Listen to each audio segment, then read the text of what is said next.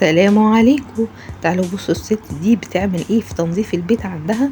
لمت كل المواعين وحطيتها في الحوض. طبعا هي مش هتغسل كل الكلام ده، هي بس شطفتهم وحطتهم في الغسالة بتاعة الأطباق، وحطت كل حاجة في مكانها كده وظبطت الغسالة وشغلتها.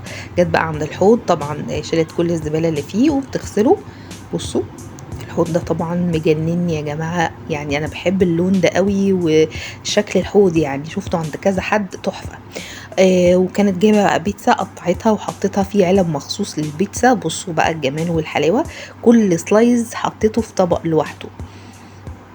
وبعد كده بقى طلعت حاجه حطيتها في التلاجة، البيض رصيته في التلاجة، ودي تلاجة مخصوص للحاجه الساقعه يا جماعه، زي ما انتم شايفين كده، حاجه وهميه، يعني انا عايزه اروح اعيش مع الست دي. وده طبعا علب للمقرمشات. شالت بقى المواعين بتاعتها بتحطهم في مكانها، المجات، حاجة بجد. ايه ده، ايه الجمال ده، الكاسات، الكوبايات، المعالق والشوك. ده وقت بقى تنظيف البوتاجاز.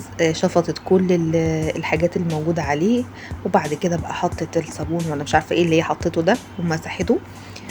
ده بقى حطته في الميكرويف علشان ينضفه. نضفت بقى بتكمل البوتاجاز دي حاجة كده تقريبا بتطلع زي بخار او حاجة علشان ينضف في الميكرويف من جوه. والرخامات بقى نضفتها. مش عارفة ايه اللي بيجري ده، المطبخ بقى زي الفل.